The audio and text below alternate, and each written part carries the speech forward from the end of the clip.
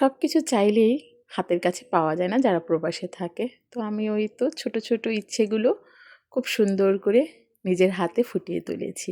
মাটির হাঁড়ি বানিয়েছিলাম, গরুর গাড়ি, সাথে একটা ঢেঁকি, তারপরে এই তো নিজের হাতে ফুলদানি, অনেক কিছুই নিজের হাতে আলহামদুলিল্লাহ বানিয়ে সাজিয়ে তুললাম বসন্তের উৎসবে।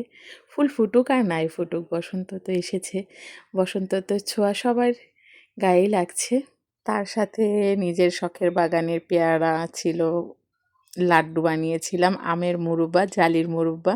আমি আরও অনেক কিছুই বানিয়েছিলাম, কিন্তু বসন্ত উৎসবটা তেমন করে করা হয়নি।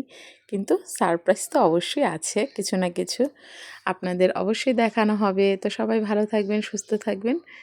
সবার জন্য রইল দোয়া ও ভালোবাসা, বসন্তের শুভেচ্ছা। আল্লাহ হাফেজ।